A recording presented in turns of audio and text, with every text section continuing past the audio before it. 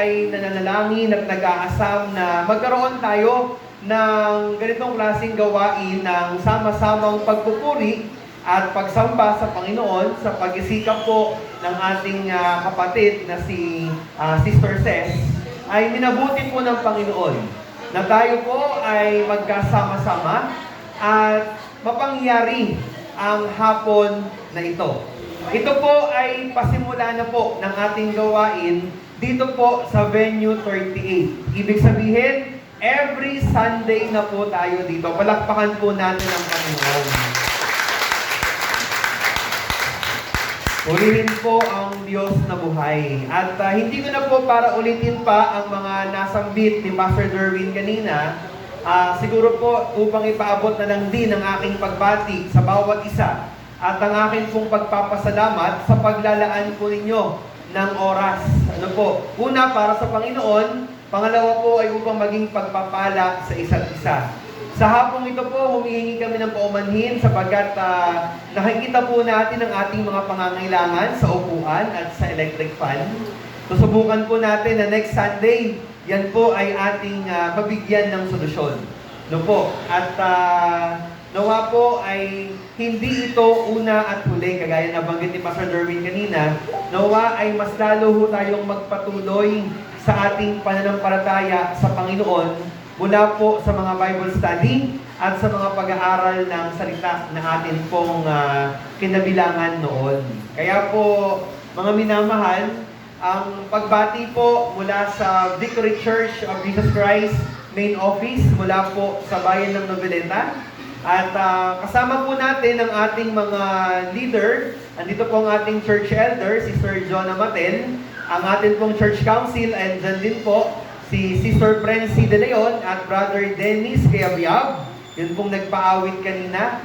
No po. At 10 po ng mga workers and leaders ng Victory Church of Jesus Christ. Nagpapasalamat po tayo sa Panginoon dahil po ang lahat ng ito ay biyayang mula sa Kanya. At pinapaabot din po ng ating mahal at buting City Mayor, Mayor Denver Chua, ang kanyang pagbati po sa atin sa ating pagbubukas ng gawain dito po sa Venue 38. Ganoon din po ang pagbati po ng aking pinsan, Vice Mayor Raleigh Grepo Rusit, sa atin pong pag-isimula ng gawain po dito sa Venue 38. God's willing po, sa mga darating pong linggo, sila po ay makadalaw po sa atin. No po. At sabi ko nga po kanina, every Sunday na po itong ating gawain dito. At pangsamantala, dito muna po tayo habang nananalangin po tayo ng ating sariling lugar. No? Ibig sabihin po, sa darating pong mga buwan, tayo po ay pagkakalooban ng Panginoon ng ating sariling worship center. At yan po ay ating pagsamasamahan sa pananalangin. Yun lamang po at tayo po ay magpapatuloy na. Ang atin pong tagapagsalita sa hapong ito ay isa rin po sa pastoral team ng Victory Church of Jesus Christ.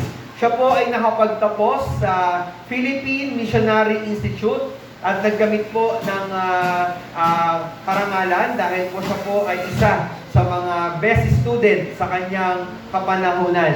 No po. At kasalukuyan pong nag-aaral pa ngayon, di tumitigil sa pag-aaral. Nakapagtapos ng Bachelor of Arts in Theology, Bachelor of Science sa Theology, at ganoon din po, kasalukuyan naka-enroll ngayon sa PTS College para po kumuha ng EDUC units. Ibig sabihin, isang pastor na kumukuha po ng units para po balang araw ay maging guro din sa mga paaralan. Ito po. At siya po ang pastor ngayon sa San Mayor, Tansa.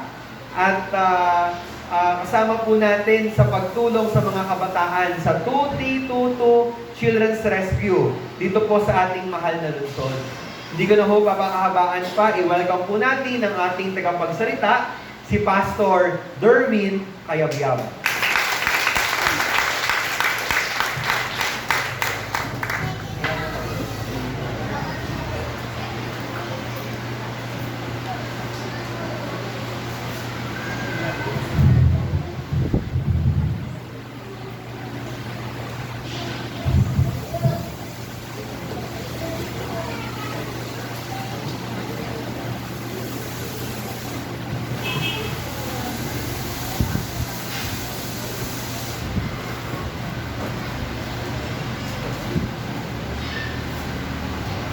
Wait lang po.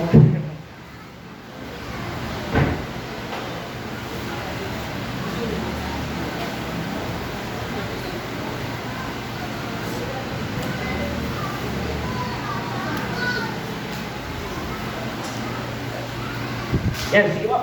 Magandang hapon po muli. Yan, sige po, tayo po'y mag-aaral ng salita ng Diyos. Nawa po, sa ating pong pag-aaral, may mga Biblia po tayong hawak. Nawa ay ito po yung magamit natin upang makita po natin na si Kristo ang buhay. Pakisabi nga po, si Kristo ang buhay. Kristo ang buhay. Alam niyo po, talagang tunay na kasiya-siya at kagalak-galak po ang mga bagay na pangyayari po sa hapon pong ito. Pakisabi nga po sa inyong katabi, kumusta ka na? Kumusta ka na? Okay pa ba kayo? Okay pa ba?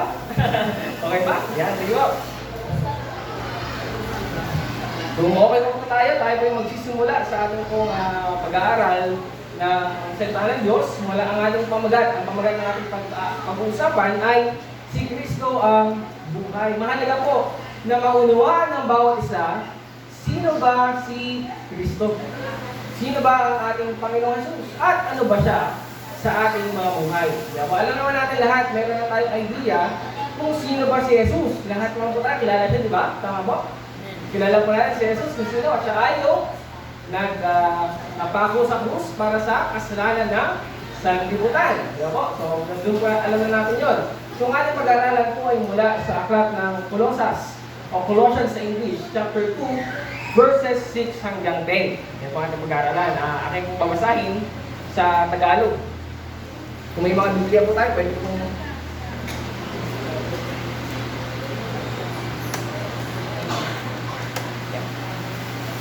pwede po bang babasahin po natin? Basahin po natin mula sa verse 6. Sabi dito, sapagkat tinanggap na ninyo si Kristo Jesus bilang Panginoon. Mamuhay kayo sa paraang karapat-dapat sa Kanya.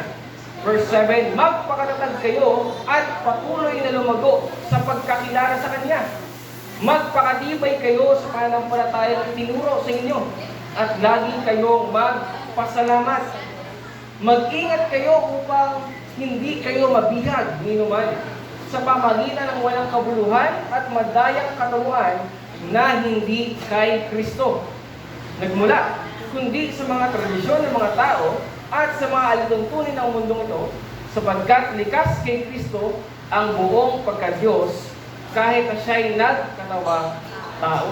At verse 10, kaya kayo'y ganap na sa pamamagitan ng inyong pakikipag-isa sa Kanya, na siyang nakakasakop sa lahat ng kapangyarihan at pamamahala. Pinagpala po, pagbabasa ng salita ng Diyos, tunay po na sa ating pong pagbabasa ay makita po natin yung kagandahan ng masasabi po natin yung daloy ng kaisipan ng sumulat. Mahalaga po kasi yun. Bibigyan ko kayo ng halimbawa. Halimbawa, meron pong nagbigay sa inyo ng love letter. At pinapakita doon na merong specific na tao pagbibigyan. For example, ang love letter ay para sa akin. Pero nabasa ninyo yung love letter. Aangkin niyo ba yung love letter na para sa inyo? Hindi. Di ba? Kasi nga po, merong pong specific na tao pagbibigyan ng letter. Di ba po? Pero, pwede pa natin magamit yon. Maaari natin magamit yun bilang pamantayan natin na ano ba ang pagmamahal. O kaya love letter nga eh. Siguro para sa akin, love letter, ginamit yun para bigyan ako ng kagalakan sa puso para yung pagmamahal nung sumulat sa akin ay madama ko. Pwede ba natin magamit yon? Oo, kasi para makita natin kung ano ba yung pagmamahal nung sumulat at ano yung aking naramdaman nung natanggap ko yung sulat. Doon din po tayo sa pag-aaral po ng Biblia. Mahalaga po na makita natin yung bakit ba ito naisulat at para kanino ito naisulat. Para po hindi tayo mamali. Makita po niya dito punta na sa verse 8. Sabi niya, mag-ingat kayo upang hindi kayo mabihag ni numan sa pamagitan ng walang kabuluhan at madayang katuruan na hindi kay Kristo nagmula, kundi sa mga tradisyon. Mamaya po, dadaanan natin to. Ano ba itong tradisyon na to? At mga tradisyon ng mga tao at alituntunin ng mundong ito. Mamaya po, makikita nyo. Ano ba yung tradisyon na tinutukoy dyan? Ano ba yung mga alituntunin na tinutukoy dyan? Sabi dito verse 9, sapagkat likas kay Kristo ang buong pagka-Diyos na kahit siya'y nagkatawang tao. Makikita natin dyan mamaya po na talagang si Kristo ay Diyos. Okay po. So pinapakita natin dito, ating pong binibigyan ng diin na si Kristo ay tunay na Diyos at ating tagapagligtas. Okay po? So ngayon po ay dako po tayo sa ating katanungan o ating pamantayang pananalita, yung ating propositional statement. Sabi dito, bilang mga mananampalataya ni Kristo, maunawaan po natin ang kahalagahan ng paglago sa pagtulong ng ating Panginoong Hesus na siyang nagkakaloob sa atin ng buhay. Mahalaga po kasi na maunawaan natin na ang paglago ng isang tao ay nakasalig dapat kay Kristo. Sabihin, ang mundo po na ginagalawan natin, maraming magturo sa atin ng iba't ibang mga bagay.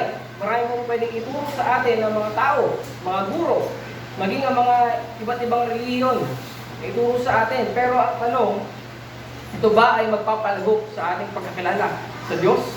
Yun po ang ating palaging titignan. Kung saan tayo nakabilang, mahalaga po na makita natin yung paglago tungkol sa Diyos. Okay po? So lahat naman tayo ay galing sa iba't ibang mga reliyon na minsan po nagiging kasanayan na lamang yung ginagawa. Hindi natin alam kung bakit natin ito ginagawa. Ano lang yun ba yun sa inyong mga sarili? Bakit ko ba ginagawa ang isang bagay? For example, bakit tayo naglilinis ng bahay? Para saan? Normal lang ba talaga maglinis? Para saan? Para mapanatili ang kalinisan. Bakit ba kailangan maghugas lagi ng pinggan? Kasi normal ko lang ginagawa yun. Hindi ko na alam kung bakit ko ba ginagawa. Nasabi niyo ba sarili niyo yun? Ba't ko ako ginagawa paghuhugas? Dahil sa mga kabataan, di ba? Pag inutusan ng nanay, bakit ako? Magiging na lang, bakit ako maghuhugas? Isipin na lang po natin, hindi natin alam yung ating ginagawa. Mahirap po yun. Mahirap na hindi natin alam yung ating ginagawa. Kaya po mahalaga na alam po natin ang ating ginagawa. Yan. So ngayon po, ang ating katanungan, papaano natin maunawaan na si Kristo ay nagbibigay buhay? Ang buhay po ay mayroong dalawang bahagi. Pag sinabing buhay at buhay, dalawang salita po na pareho. Pero may magkaibang kahulugan. Napansin niyo yung buhay at sa buhay. Pag sinabing buhay ay living, sabihin gumagalaw, buhay. Sabihin mayroong gumagalaw, buhay. Pero yung buhay, po, yung dalawang ibang salitang buhay at buhay, sabihin alive ka. Pero yung buhay, sabihin gumagalaw. Nakita po natin yun, may action. So dito po makita natin at maunawaan po natin na si Kristo po ang nagbibigay ng buhay at buhay. Si Kristo po ay buhay at tunay na Diyos. Sabihin siya ay alive, hindi siya patay. Si Kristo po ay buhay at nalalaman po sa atin. Makita po natin yon. So una, nakasabutan doon sa ating katanungan ay sa pamagitan ng pagtanggap at pamumuhay para sa Kanya. Makita po natin yon. Gaano na ba kalalim ang ating pagkaunawa kay Kristo? Maaaring natin sabihin, Pastor, doble ang edad mo sa akin. Parang gano'n, triple pa siguro. Pero ang ating katanungan hindi po sa edad, kundi yung sa pagkakilala natin kay Kristo. Hindi ko po sinasabi na kilala ko na si Kristo. Okay po? Hindi ko sinasabi, hindi ko pinapakita na parang marami akong alam. Hindi po gano'n. Ang gusto ko makita natin, lahat tayo sabay-sabay makilala natin si Kristo. Okay po? Hindi ko pinagmamalaki na alam ko at kilala ko si Kristo. Pero katanungan doon, yes, kilala natin si Kristo. Pero, kilala ba niya tayo? For example, kilala natin ang Presidente ng Pilipinas. Tama po? Kilala. Kahit mga bata, kilala pag tinanong natin. Pero kilala ka ba ng Presidente? Ang hirap, di ba? Parang ganun po ang example natin. Mahalaga po na magkaroon tayo ng personal na relasyon sa ating Diyos, sa ating Panginoon. Paano natin makikilala ang Diyos? Paano natin makikilala na lubusan si Kristo? Sa pamamagitan po ng pagbabasa ng Biblia. Kaya po may mga Biblia tayong pinigay kanina. Yan po ay pwede nyo gamitin. At yan po ay hindi namin pinagbibili. Yan po ay maaari nyo iuwi. Binigyan nyo lang yung mga pangalan. Yan po. Wala po nakalagay ng pangalan ninyo man dyan. Talagang para sa inyo po yan. So mahalaga po na makita natin na may mga sobrang puputang Biblia dyan. Ay, ako lang po sumakto sa atin. Makita po natin na si Kristo po ay mahalaga na makilala natin siya ng lubusan. Kaya nga po meron tayong gabay, ang Biblia. Hindi natin isasalang-alang ang ating pagkaunawa, yung ating pagkakilala sa Diyos. Baka lamang sa ating pre-understanding. Sabihin alam na natin may Kristo, alam natin meron si Jesus. Pero ang tanong, kinikilala ba natin siya? Ulitin ko po, paano mo natin siya kinikilala? Sa pamamagitan ng pagbabasa ng Biblia. Pakisabi at pakitanong sa iyo katabi, nagbabasa ka pa ba ng Biblia?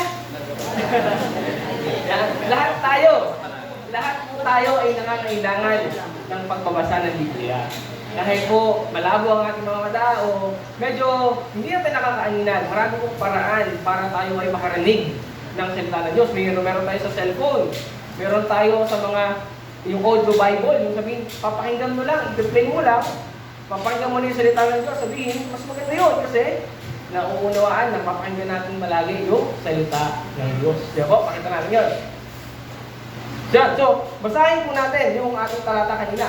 Sa verse 6, sa verse 6. Sa verse 6, sabi dito, sapagkat tinanggap na ninyo si Kristo Jesus bilang Panginoon, mamuhay kayo sa paraang karapat-dapat sa Kanya. So, paano ba tayo mamumuhay ng karapat-dapat sa Diyos? Sabihin, kung tayo ay nakakilala ng lubos at tulad yung ating pagkakilala, susundin natin si Jesus. Sabihin, sa mga aral na binigay ni Jesus sa Biblia, maunawaan natin na kinakailangan po natin maunawaan ang mga aral niya. Sabihin, kung sabi ni Jesus ay magpatawad, ano dapat natin gawin? Magpatawad. Kung sinabi ni Jesus na tayo magbibigan, ano ang gagawin natin?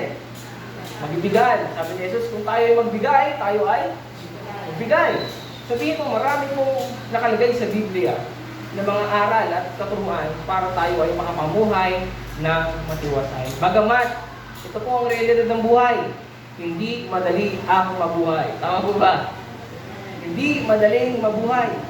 Napakarami pong mga pagsubok, temptasyon, at mga masasabi natin, akala natin, dulo na yung ating problema. Pero, sa pamamagitan po ng ating Panginoon Jesus na nagbibigay ng buhay sa atin, bubuhayin po niya tayo. May pag-asa tayo. At ang pag-asa po yun ay nakay Kristo na sa ating Panginoong Jesus. Makita po natin yun. Okay po? So pangalawa, sa pamamagitan ng patuloy na pagsasaliksik sa Kanya.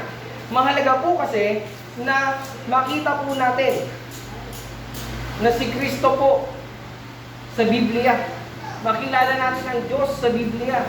Hindi yung naririnig lang natin, hindi yung napapakinggan lang natin mga sabi-sabi tungkol sa Diyos, kundi tayo po mismo, ikaw mismo, ang makatukulas tungkol sa Diyos. Gusto po ba natin yun? Sama-sama tayo makakilala sa Diyos? Amen! Naisin po natin na makakilala tayo ng lubusan sa Diyos. Alin po, bakit mayroong mga simbahan? Bakit ba mayroong mga gawain? At pagpapalaganap ang salita ng Diyos? Para saan? Para mo magkaroon ng relasyon, magkaroon po ng pagkaunawa ang tao sa Diyos. Kaya po tayo nagbukas ng gawain dito po sa Cavite City para po maabot ang mga tao, para po maturuan ang mga tao na magsaliksik tungkol sa Kanya. Makita mo namin yun, mahalaga po kasi yun.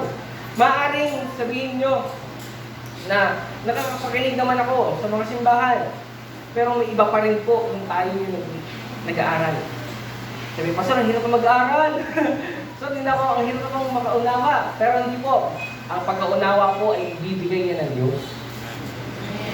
Sabihin po, yes, nakikita natin yung limitasyon natin. Opo, lahat tayo mayroong limitasyon pagdating sa pagkaunawa. Pero po, ang Diyos ang magbibigay niyan sa atin. Maniwala po tayo sa sinasabi ng Biblia.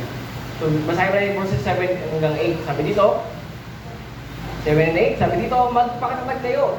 at patuloy na lumago sa pagkakilala sa Kanya. Yan po encouragement ni Apostle. Alam po, yung Colossians nga pala, itong aklat po ng Colossus, chapter 2, verse 6 to 10, sinulat po ito ni Pablo, nakakulong siya. Sabihin po, at hindi yung pagsubok na pinagdadaanan niya. Bakit? Nakulong siya, hindi dahil sa kanyang kasalanan, kundi sa pangangaral tungkol kay Kristo. Isipin po niyo yun, dati, mangaral lang tungkol kay Kristo, ikaw ay makukulong na. Si Pablo po, sumulat ng Colossus, paano siya namatay? Pugot ulo. Ganun po, marami pong mga disipulo ni Jesus, ang iba't iba klase ang kanilang kamatayan. Kasi po, dahil po sila nanindigan sa kanilang pananampalataya. Ganun po sila. Nanindigan sila sa pananampalataya kay Kristo. Kaya ano po naging kapalit nun? Yung buhay nila. Pero po yung buhay nila, hindi nila, kumbaga hindi na hinayangan. Bakit po? Kasi kapiling nila si Kristo. Sabihin, mayroong pag-asa. Makita man natin dito sa mundo na parang wala ng pag-asa. Pero po kay Kristo, mayroong pag-asa. Pakisabi po sa inyong sarili, mayroong pag-asa. Yung may conviction po, damin niyo yun. Sabi nyo, mayroong pag-asa. Pakisabi sa katabi mo, kapatid, may pag-asa. Huwag tayong mabalisa. Huwag tayong manlumo. Magtiwala tayo sa Diyos. Amen po? Amen. So yan. So, makita natin. At verse 8, sabi ni verse 8, mag-ingat kayo upang hindi kayo may bihag ni naman sa pamagitan ng walang kabuluhan at madayang katuruan na hindi nagmula kay Kristo. Sa panahon po nila, dito sa Colossus, marami pong mga katuruan ng marami rin. Para sa panahon po natin, marami rin pong mga iba't ibang mga katuruan. Parehas po dito sa kanila. Sila po ay halong mga Hudyo. Alam po yung mga Hudyo, mga Israelita. Narinig niyo po yun, di ba? Ibang lahi. Yung mga Israelita, sila po yung unang sa kanila po binigay ang lumang tipan. At dahil po sa ating Panginoon Jesus, siya po ang nag-fulfill. No? Sabihin siya yung tinupad niya lahat ng mga kautusan. Para po sa atin. Siya yung ating titignan. So makita natin dito, na ano ba yung katuruan, yung tinutukoy yung tradisyon ng mga tao. Yan po yung Old Testament. Old Testament po ng mga law, yung mga kautusan dati. Kung mababasa nyo, sa Old Testament po, maraming mga, ito ang dapat gawin, huwag ka gano'n, huwag, mga 10 Commandments. That's it. Yung mga tradisyon ng mga tao kasi po, dati, dahil nga sa napakahabang taon na ang kautusan ng Diyos, naging tradisyonal nila nasundin ito. Kumbaga, hindi lang nila alam kung bakit nila ginagawa. Yung naging problema nila. Kaya po sabi ni Pablo, naging tradisyon na ng mga tao ginagawa nila. Hindi na nila alam bakit nila ginagawa yung gano'n. At yung mga ayaw tutunin ng mundong ito. Kasi nga po, ulit ko, sa panahon po nila, ang mga nagsikalat din po ang iba't ibang mga katuruan. Kasi nga po sila Hudyo at ito yung mga Hentil. Sabi sinabi kong Hentil, hindi Hudyo. Sabihin po lahat tayo, outside sa mga Israelita, lahat tayo Hentil. Sabihin lahat tayo makasalanan. Pero ang Israelita, sila po yung pinili ng Diyos. Okay po, naunawaan po ninyo? Ang Israelita po, sila ang piniling bayan ng Diyos. At lahat ng hindi Israelita ay makasalanan. Pero po, dahil sa ginawa ng ating Panginoong Jesus, dinamay niya tayo. Di ba po? Kaya tayo nagpapasalamat sa Diyos kasi bakit? Nadamay tayo sa kaligtasan na hindi naman para sa atin. Sabihin, ang kaligtasan pala ay para lang talaga sa Israelita, pero dahil po sa katigasan ng ulo ng mga Israelita, hindi sila sumusunod. Ang Diyos po mismo ang nagkatawang tao sa pamamagitan po ni Jesus. Para saan? Para tayo ay maligtas. Lahat na ng tao maligtas. Di ba? Ipagpapasalamat po natin yun. Na Lord, salamat na bagamat ako ay hindi kasama, pinili mo pa rin kami. Di ba po? Kaya dito po, sabi sa verse 9, sapagkat likas kay Kristo ang buong pagkadyo. Sabihin po dito, makita natin dito po sapagkat likas kay Kristo ang buong pagkadyo. Sabihin, di po nawala ang pagkadyos ni Kristo. Sabihin, nung bumaba si Kristo, Diyos pa rin siya. Okay po, taliwas po yun sa yung mga aral. Kahit na siya'y nagkatawang tao. Sabihin po, ang Diyos po ay nagkatawang tao, at Diyos pa rin si Kristo. Hindi po nawala ang kanyang likas na pagka-Diyos. Napakalinaw po sa verse 9. At makita rin po natin, ulitin po natin, paano natin maunawaan na si Kristo ay nagbibigay ng buhay. Una, sa pamagitan ng pagtanggap at pamumuhay para sa Kanya. Sabi ko, yung buhay natin, ibigay natin sa Diyos. Itong pasimulan ng gawain po ay maging kagalakan po sa atin. Na tayo po yung lalago sama-sama. And excited po ba kayo? Na sama-sama tayong lalago sa pagkakilala sa Diyos? Amen! Diba? Dapat excited tayo doon. At pangalawa, sa pamamagitan ng patuloy na pagsasaliksik sa Kanya. Lahat tayo, sama-sama tayong magsasaliksik ng salita ng Diyos. Hindi kami gagawa ng mga katuruan ng sa aming sariling isipan lang. Nakikita po ninyo, doon tayo nagbabase sa sinasabi ng Biblia.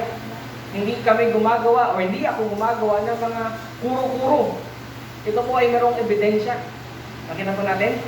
At pangatlo, sa pamamagitan ng pagkakilala sa pagka-Diyos ni Kristo. Nabasa na natin verse 9. Puntaan natin saglit. Verse 9 ulit. Sapagkat likas kay Kristo ang buong pagka-Diyos, kahit na siya'y nagkatawang tao. Verse 10, kaya't kayo'y ganap na sa pamamagitan ng iyong pakikipag-isa sa Kanya. Lahat po ba tayo ay nakapag-isa na sa ating Panginoon Jesus? Amen.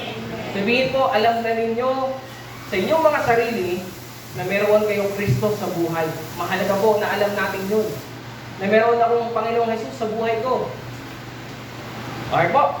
Na siyang nakakasakop sa lahat ng kapangyarihan at pamamahala. Sabihin, kung si Kristo po ay nasa ating pong buhay, siya po ang namamahala sa buhay po natin. Okay po. Siya ang mayroong control sa buhay po natin. Sabihin, lahat ng ginagawa natin, iniaalay natin para sa Diyos. Hindi natin ginagawa ang bagay na hindi para sa Diyos. Makita po natin yun. Verse 10 ulit, kaya kayo'y ganap na. Ito po kasi ay binanggit. Sabihin, ito'y binigay. Ito po sulat na ibinigay sa mga taga-Colosas. Sabihin, simbahan din po sila. Binigay ni Pablo sa isang simbahan para basahin. Magaling po yan, ganun yung dati. Sabihin, yung mga sulat po ni Apostol Pablo ay binabasa yan sa mga gawain. Kagaya ng ginawa natin kanina, diba? Sa Salmo, ay sa mga awit, chapter 1, binasa natin. Kasi mahalaga po ang pagbasa ng kasulatan. Makikita natin doon na, ay, ang ganda pala ng awit.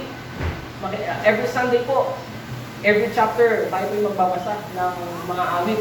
Kasi po napakaganda na sa pasimula ng ating gawain, may napupuno na ang ating puso at ating kaisipan ng mga salita ng Diyos. Amen po, di ba po? Balikan po natin ulit. Yung pangatlo, sa pamamagitan ng pagkakilala sa pagka-Diyos ni Kristo. Uulit ko po, kung tayo po ay ganap na nakakilala sa Diyos, mahalaga po na tayo po ay lumalago, nagsasaliksik, at alam natin ang pagka-Diyos ni Kristo.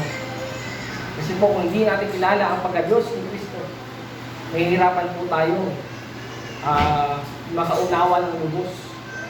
Sapagkat na kay Kristo po ang lahat-lahat sa atin. Napakalinaw po niya sa Biblia. Hindi lang po natin isa-isa ngayon sapagkat mahabang pag-aaral po yun. Pero sa maikli po natin pagsasama-sama, nawa po ay makita natin yung kagandahan na meron dapat ang bawat isa sa atin na Kristo sa puso. Bakit ba may simbahan? Ang simbahan po ay naparito. O bakit ba may simbahan? Ito ay pagsasama-sama ng mga nakakilala kay Kristo. Sabihin, yung mga napunta sa simbahan, sila yung mga nakakilala kay Kristo. Kung tunay ang iyong pagkakilala kay Kristo, nagsisimba. Mayroong simbahan na kasama. Yung kaanib ka sa isang simbahan. Sabihin po, hindi ka nag-iisa lamang. Naunawa po natin, mahalaga po na tayo po ay mayroong pagkakilala sa Diyos. At sa akin pong pangungas ng mga pananalita, sa patuloy nating pagsunod sa Diyos, makita natin ang kahalagahan ng lubos na pagkaunawa tungkol kay Kristo at sa pamumuhay bilang isang Kristiyano. Kung tinatawag mo ang iyong sarili na Kristiyano, makita yan sa buhay po natin. Di ba po? Mahalaga yan kasi sinasabi mo, Kristiyano ka pero hindi naman nakikita sa buhay. Big no-no po yun. Makita natin sa mga buhay po natin na meron tayong Diyos na kinikilala. Mahalaga po yun. Pakisabi po sa iyong kapatid, kilalanin natin si Kristo. At pagbigyan po ninyo ako sa may klipang pananalita. Gusto ko ipakita sa inyo, sino ba si Kristo at ano ang kaligtasan? Si Kristo po ay nagkatawang tao. Sabi po sa Colossians chapter 1 verse 15 na si Kristo po ang hindi ang physical na nakikitang Diyos. Sabi po sa kung yung mga Biblia kaya sige, ako na magbabasa. Colossians chapter 1 verse 15, sabi po dito, si Kristo ang larawan ng Diyos na di nakikita. Pansinin po yung sinabi dito sa 15. Si Kristo ang larawan ng Diyos na di nakikita. So makita natin na si Kristo po talaga ay Diyos. Siya ay tunay na Diyos. At makita po natin na sa Kanya po lamang ang kaligtasan.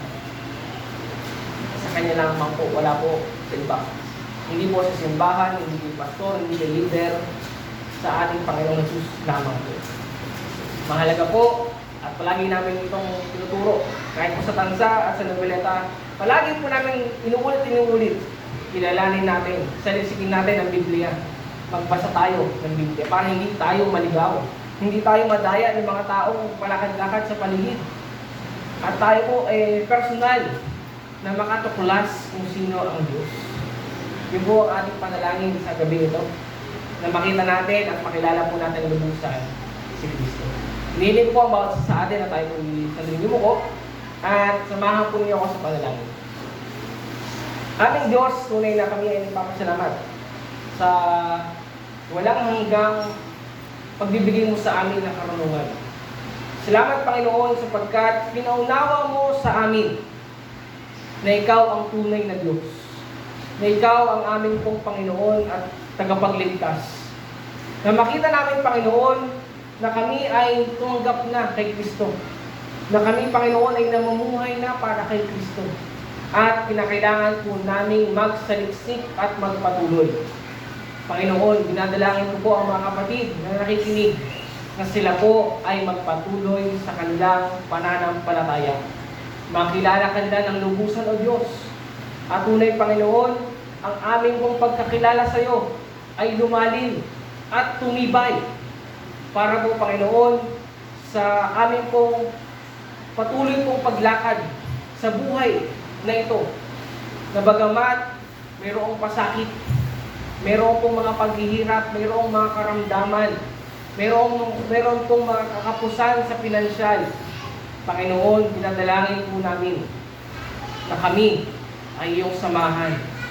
Na kaming Panginoon ay bigyan mo ng katatagan ng loob, ng matibay na kaisipan, ng sa ganoon, hindi kami madaya ng kaaway.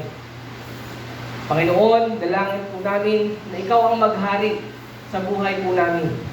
Madakila ka, Panginoon.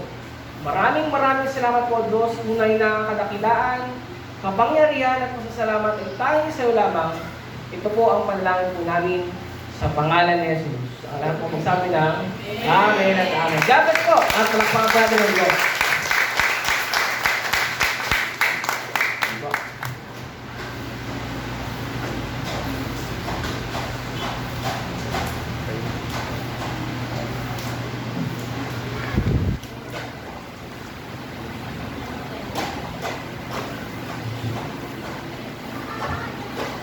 Amen. Muli po, isang mapagpalang gabi na po, no? Madilim na pala po, no? Tayo naman po ay tatapos sa ating pagkakaloob po sa ating Panginoon sa gabi po nito. Ayon po sa ikalawang Korinto, Kabanata 9, talatang 7 at 8 po, no? Makita niyo po sa mga banal na kasulatan. Nasabi po dito, ang bawat sa ay dapat magbigay sa ayon sa sariling pasya, maluwag sa loob at hindi napipigitan lamang, sapagkat iniibig ng Diyos ang nagbibigay ng may kagalakan. Magagawa po ng Diyos sa pasaganahin sa lahat ng bagay, higit sa ating mga pangailangan, upang may magamit tayo sa pagkakawang gawa. Amen? Tayo po, no? Sa talatang 7, Iniibig daw po ng Diyos ang nagbibigay ng may kagalakan po, maluwag sa loob at hindi na ipigitan lamang po. No? Kaya hiniling po na bawat tayo tumayo at tayo po manalangin bago po natin ibigay ang ating mga kaloob po para sa ating Panginoon, sa gawain po nating Panginoon. No? Hallelujah! Ama naming Diyos na buhay, banal at mga pangyarihan sa lahat, pinupuri ka namin, pinapasalamatan ka namin, at tinatangkila ka namin sa gabing ito, Panginoon. Salamat po, Diyos, sa gabing ito, Panginoon, na ang iyo pong mga nakinaglaan ng oras upang purihin ka, pasalamatan ka, takilain sa gabing ito. Kaya, Panginoon, sa aming pong pagkakalob sa iyo, Panginoon, sa programa po ito, sa pasimula programa, Panginoon, nagawain, Panginoon, sa Cavite City, Panginoon, sa lugar na ito. Nawa, O Diyos, nawa patuloy po, Diyos, na ang mga halagang ito na may ligaw ay patuloy, Lord, na magamit sa patuloy na pagkapalagan ng isalita. At magamit din, Panginoon, sa bawat pangangailangan ng iyong pong bahay-sambahan. Kaya, Panginoon, sa hapon po ito, pagpalain niyo po, Panginoon, ang bawat isa na naglaan ng oras sa gabi ito na tumalo sa iyong gawain, Panginoon. Naway pagpalain niyo po siya ng siksik, liglig at umapaw sa kanilang buhay. Kaya, Panginoon po ngayon, sabot dalangin sa tanging pangalan ng Panginoon Jesus, ang lahat ay magsabi ng Amen.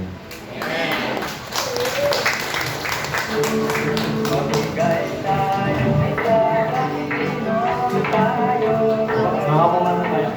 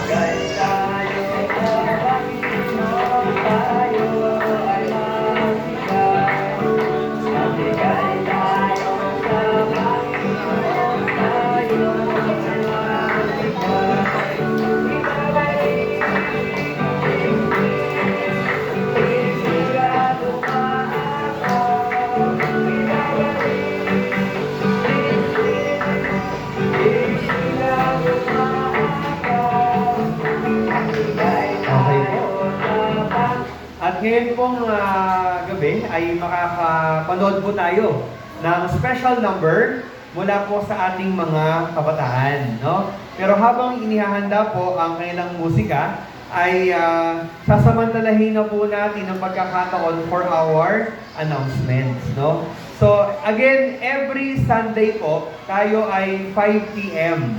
dito po sa Venue 38. No? Inulit ko po, tuwing linggo, alas 5 ng hapon ay inaanyayahan at inaasahan po ang bawat isa na tayo po ay magsama-sama, magtipon-tipon sa pagpupuri at pagsamba sa ating Panginoon. At hindi man ho namin maisa-isa ang inyong mga pangalan, subalit ito naman ay alam po ng Panginoon at nakatala po ang inyong pangalan sa hapon ito at may mga pictures naman tayo. Congratulations dahil kasama